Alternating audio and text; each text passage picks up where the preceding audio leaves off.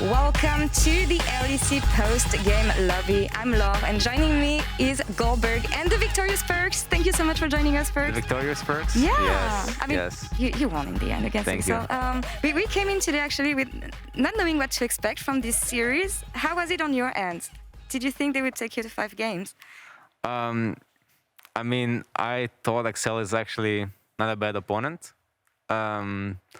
And I wished it didn't take 5 games because I'm really hungry, and I didn't get really full before the games because I don't like it to get too full. Yeah. But then I don't know, I didn't have enough chicken today, so I don't know, something was missing. It's hard to find the balance. Yeah. But yeah, I think it was a fun series. But yeah, I'm just a bit hungry now. Did your hunger influence any of these games? Was that the reason why you couldn't close out in a 3-0 fashion, because you got hungry in the middle of the series? I mean, I think it was like, yeah, it was probably a bit of it. I mean, I felt really disrespected when somebody picked Kai'Sa, when Nuke picked Kai'Sa against me. There was maximum disrespect when they're 2-1 up. So I think that was the moment where even though I was hungry, I decided we really want to win right now because that was really disrespectful. So yeah. Well, you've been doing this for a long time, but still some learnings to take, maybe to eat more before the series next time. I saw you had some snacks actually backstage. So we had good snacks, just not enough proper food, you know. Well, talking a bit more about this series, it was really close, honestly, except that last game. What do you think it came down to on your side, but also Excel? I mean, you know how it goes. I can really truly only perform when I'm 1-2 down. The myth. That is when I'm truly unlocked my full power. So I think as trying to get to know myself, you know, I realize that I kind of want to be 1-2 down just to demoralize opponents and then win the series. But yeah, I mean. As soon as we lost game 1, you know, I knew it was gonna be a banger, because I'm not getting 3-0'd by Mickey X again. I got 3-0 by him 4 years ago once. So I was I told him Mickey, you're going down today. I'm sorry. So it was more kind of an ego battle rather than anything else. Since I was so hungry, maybe if I wasn't playing against Mickey, I would just go home, you know. But it was I have a lot of G2 members waiting for me in the gauntlet here. It seemed like you know, a very interesting series with back and forth, and Kasi was mentioning some of the adaptations as well. And I think specifically through draft as well, you guys gave Jinx over, Aphelios was prio. What do you think the story was coming into game 5? What had you guys figured out that was now the key to take the last game? I mean, I feel whenever you face a team, the prio of a specific champion raises throughout the best of 5, not knowing it was gonna race, or maybe assuming it could race. Today was Corki kind of right. Against G2 next week, it might be a different champ, right? Yeah. Mm-hmm. So it's we just have to be willing to adapt and completely switch up your prep, kind of, because it's a best of 5, right? Yeah. And that's kind of fun, you know. You play a lot of games. You're showing a lot of stuff, right? I mean, we haven't even shown half of the things we've prepared for this playoffs, because today it just became a Corki game. Yeah. Kind of. Because I was actually going to say, are you happy with the performance you displayed today, taking it all the way to 5 games? I mean, I think honestly, I think we played pretty disgusting today. Yeah. In some parts of the games. But I also have to commend that we played really good at some parts of the game. So you know, you gotta take positive. You gotta reflect on the positive things from the series, because there's obviously a lot to learn, you know, and we got the maximum learning experience today. I definitely think we have to play slightly better to win next week, and then maybe slightly better to win the week after. But as I mentioned before, at some point, not today, but on my stream or something, I said I feel every team is beatable, and I don't think it's I don't think one team is strictly above the others. Besides May Fnatic, they look very strong. I think they're for sure. I would say they're slightly above the others, and then the other teams are kind of equal. And I think Misfits is probably the worst. Just as an outsider, I think the XL, G2, us, and Rogue are kind of around the same. So that's how I would rank the teams. And then again, at the end of the note, the team that is the better on that day will win, right? Yeah. The team that is more willing to adapt, more hungry to win, kind of, you know. And I was pretty hungry today, so maybe, yeah. Maybe that is the key. It comes down to the small details, actually, especially in best of 5 series, even though you have tons of experience Perkz now. Quick question about what you said. Everyone is beatable, but when you look at the overall level of play in Europe right now, especially in playoffs, because we saw all teams, how good is the LEC this year and in playoffs so far? I mean, I thought the LEC was pretty not great, but I've kind of changed my perspective a little bit, looking at other regions as well. When I watch, like even for example, like LPL, this best of 5 that was today, and even LCK today, Yeah. I really didn't think that these teams were great. So maybe I'm just talking from an experience of like, talking from the point of experience that I've seen very good teams play, and I know when to spot a very good team. Like for example, I mean, it's obvious to everyone that T1 is really fucking insane, right? But it's like, I don't think there's many teams that will match that level of play right now in the world. And I feel like Europe is trying. So I don't actually think, I was maybe too harsh on the statement about LEC. And I don't think LEC is that bad. And well, I mean, I think honestly, whoever gets sent to MSI will do great, I think. I really think so. Yeah, what everyone was wondering right now, how good will EU do in an MSI perspective? But that's a story for another day. We have 2 weeks of playoffs to go with yet. And focusing on the series we had today, Kia player of the series is Selfmade with 42% of the votes. How do you reflect on the performance he had, but more overall, the synergy that you two guys built together over the last 10 weeks, I would say? I mean, I think he played very well, minus the leasing game 1. I think that one was roughy, but he couldn't do much either, honestly, in his defense. So yeah, I'm really happy with his play, and he showed confidence in draft as well, and picking specific matchups. And I think he has some picks and strengths that no other jungler in LEC has. So it's about us acknowledging that, and playing towards it as well. So and I think he's done great, and like playing Volibear, playing Olaf, like usually we do really well with Lee Sin, so I think he will redeem himself at some point. So I'm really confident in him. I actually think that's a great read on it as well, just because like we are finally starting to see different iterations of Selfmade, where you can be facilitating on a Volibear. It doesn't always have you guys playing around Selfmade, but it can also be if he's starting to play Olaf and you just start 6:30, do Drake, let's start up the objective from there, and then just roll the entire early game. So I actually do believe that Selfmade had a really good series and developed a little bit from what we saw for regular season. He did, and we know the potential of this lineup in the long run. And I mean, you guys succeeding today means that we have to say goodbye to Excel also. Did they exceed expectations according to you, Perkz? This was the first playoff, bringing Mickey in after the 3rd week. Do you think we saw everything from Excel, and should they be considered a good team? I mean, it's really hard to say how they would face against other teams, because they just played against us right now, right? And they had a good series as well. So it's really hard to say, like, honestly, but I do think they're not, like, they are a good team, right? Like top 4 or 5 for sure, right? So I think they've done better than previous splits, and surely they can do even better next split, right? And yeah, I mean, with my boy Mickey, they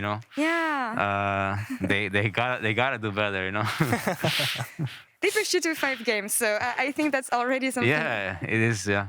Guldborg, how do you reflect on Excel's performance as we will see them back next I actually think they came out guns blazing in game 1, especially because I think that blew expectations completely wide open from the series. I think what I said, and I'll be completely honest with you, game 1, it seemed like you guys hadn't fixed anything throughout regular season. It was kind of the same team that they came into game 1, and Excel was like tempo-based. But then going into game 2, you finally saw the adaptations for both teams, really. Vitality showing up and then Excel showing up. And I just think in the end, on game 5, I think their read was just a little bit wrong in terms of like how it could have played out and what would have been better into the comp. But outside of that, I actually think they came in with some really good ideas in the beginning of the day. We will see them back in summer, of course. Perkz, you were mentioning the fact that we didn't see everything from you when it comes to the champions, maybe that you can play. How wide would you say the meta is right now on the patch you're playing? I know you can't say too much details, I but mean, how far can this honestly, go? I do think it's like pretty, how do I say? It's pretty, there's a lot of variables that can come into draft. And I feel like honestly, I feel like every champion can be played against.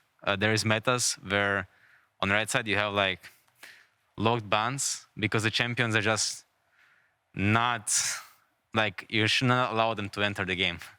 And I feel like in this meta you can. There's obviously some picks that are like a bit stronger than the others, right?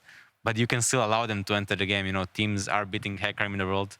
Teams are beating Zeri. You know, like teams are beating Jinx. You know, this kind of champions, right? So I don't think there is something super oppressive, and it's just that's the fun part about players are trying to find out what do you want to give and what do you want to play against the champion you're giving, right? You're giving consciously. And I think in this meta, you can play against this. So I think it will show creativity and adaptivity from the teams. I'm looking forward to seeing more because we're back to Jinx Aphelios meta, and this has been the way it's been played for the whole day, Guldborg. It's been a while. I mean, honestly, I'll be honest. My favorite games are the ones where Jinx and Aphelios are just banned, and I finally start seeing different champions. It's been a while, you know. We had the Worlds patch, moving on to this patch.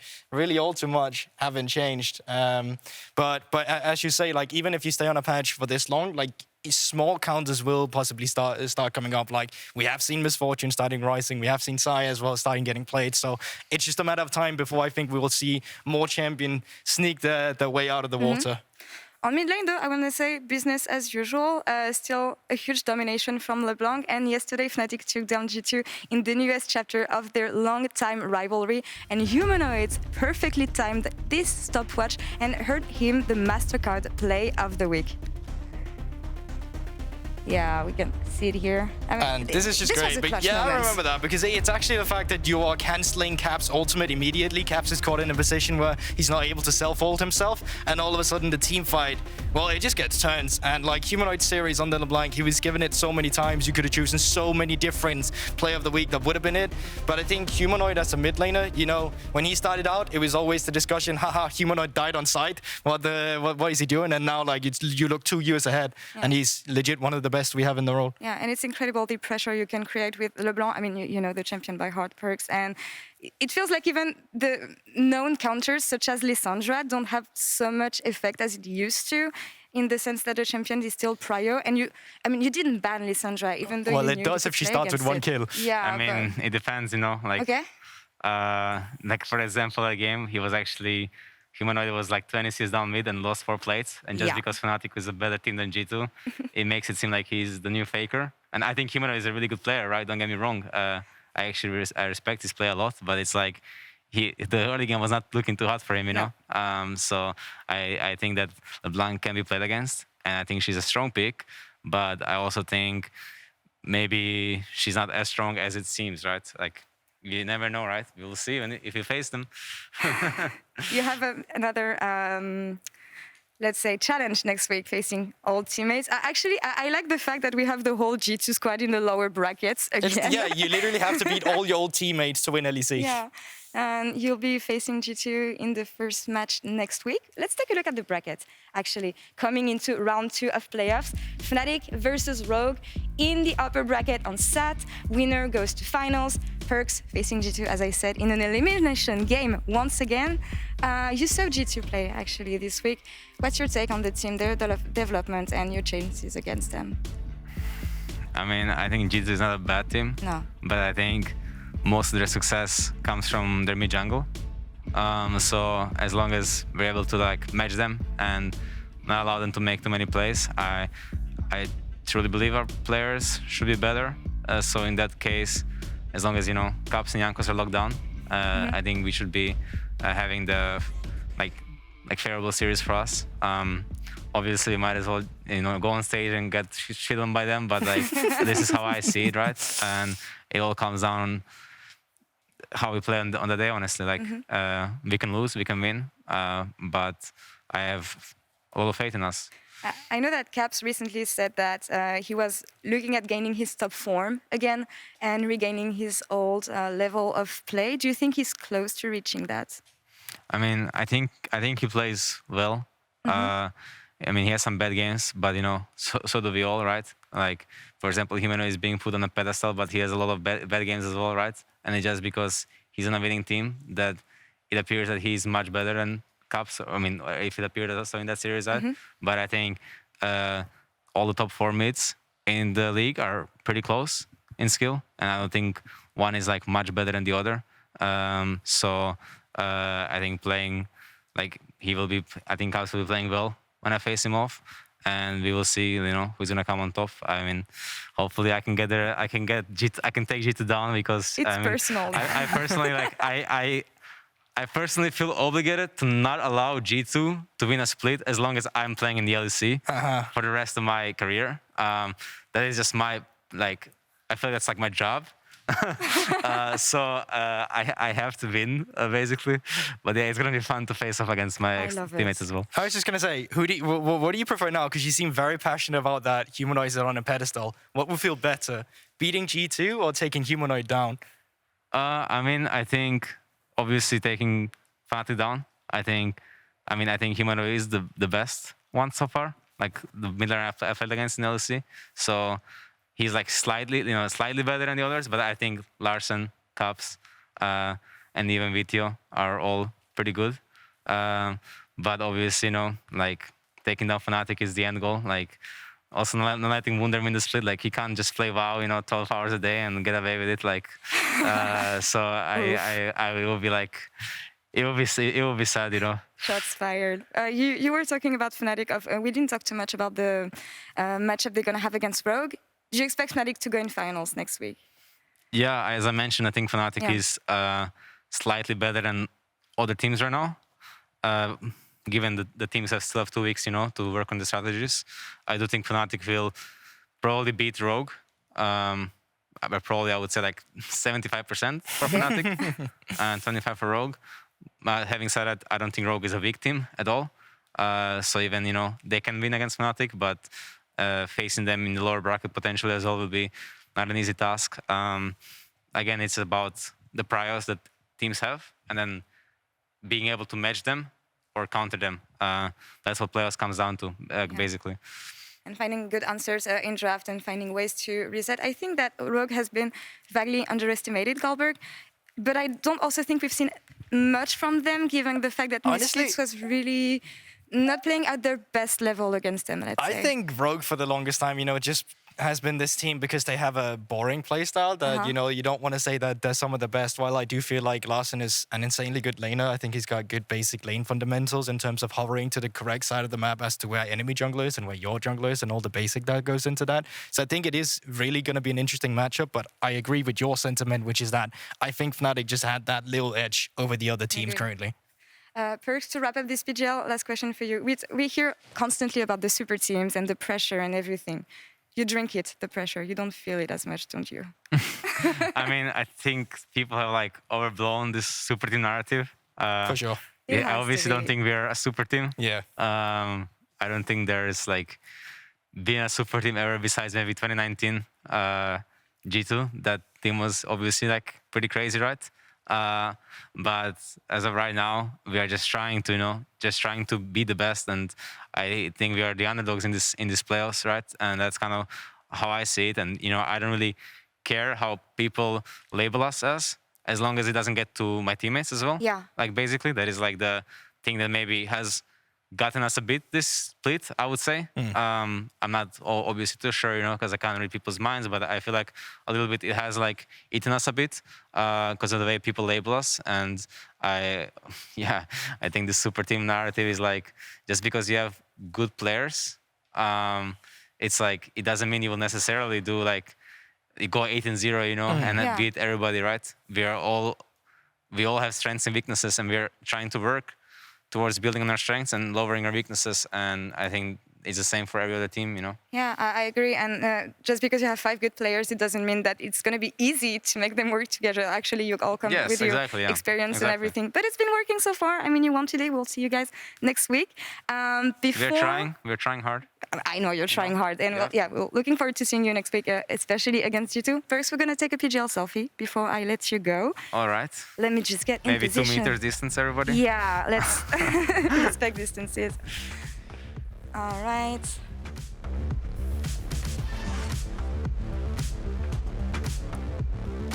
Yay. Thank you guys. Nice. And thank you guys at home. And that's all for us for this weekend. But over in the LCS, their final day of the regular season is already on the way with the final playoff spot. Let's go on C9. the line. No April Fools. The LEC will be back on Friday, April 1st with G2 facing Vitality. Until then, have a good night and see you soon.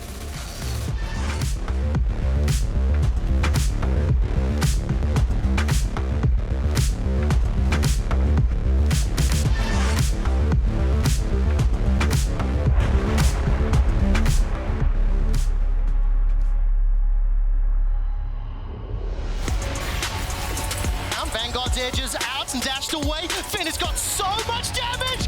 Patrick with the long-range super mega death rocket and Nuke completes the TP. Chucks out the tomb off, and it is Finn that picks up yet another. I mean, that was just beautiful. Finn goes in once more. Nexus turrets are falling and Finn still stays alive. Nuke golden inside the base. To a Vanguard's edges as well as the duet. XL will win their first ever playoffs game. And Marcoon and Finn are looking to get some revenge on Alfari, who's about to gnaw out. The flash available and a lot of support coming in. Nuke jumps right into the face of Perkz. Flash up the wall for Alfari. There's a fight inside the Baron pit as well. Finn uses the Undying Rage to stay alive in the Chrono Shift. Correction, the bailout I think it was. They're bringing Patrick back to life. That's one kill onto Mickey, another onto Finn. This time round he's pinched, got caught out. Dredge line pulls him backwards. The shockwave only catches one. Nuke gets a quick kill. This is 20 seconds before Dragon. Finn's over the wall. Valkyrie from Nuke as well. Selfmade escapes with his life for now, but Perkz is blown up where he stands. 25 to Baron, 10 to Dragon. XL back in it. And just like that, Vitality fall apart. Oh, that Void Seeker into the Dredge line. The Devour comes out, and the defensive Stormbringer. Kazi's going to Gale Force forward, and Labrov gets the final kill. Kazi with the fantastic double root on the Moonlight Vigil. And for the first time in spring playoffs, we are going to Game 5. 7,000 hit points on that Baron. So much damage from Kazi's Moonlight Vigil. Finish jump forward onto Selfmade. Use that Realm of Death. He's got himself a kill. All of that farm is not for waste, but they are pushed out of the pits.